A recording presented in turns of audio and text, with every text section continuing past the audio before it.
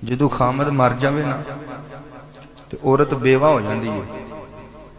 याद रखिया जे, जदों औरत बेवा हो जाती है तो ये उस बेवा नूं पुछो कि खामद दे जान दा गम की हुंदा। खामद दे जान दा गम की हुंदा। या तुहाडे माशरे दे अंदर वो बेवा औरतां जिहड़ियां लोकां दे घरां 'च काम करदियां ने, उन्हां नूं पुछो कि खामद टुर जावे ते बाद चों घर चलाना, घर दे मामलात वेखने किड्डे मुश्किल हुंदे ने।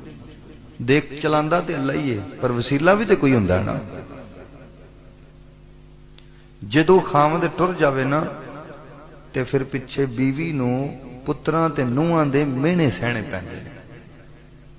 याद रखियो, प्यो होवे ना सिर ते, खामद होवे ना सिर ते बीवी नूं पता हुंदा है कि जे कोई गल हो जी होएगी तो प्यो है वे, वो बोल लवे।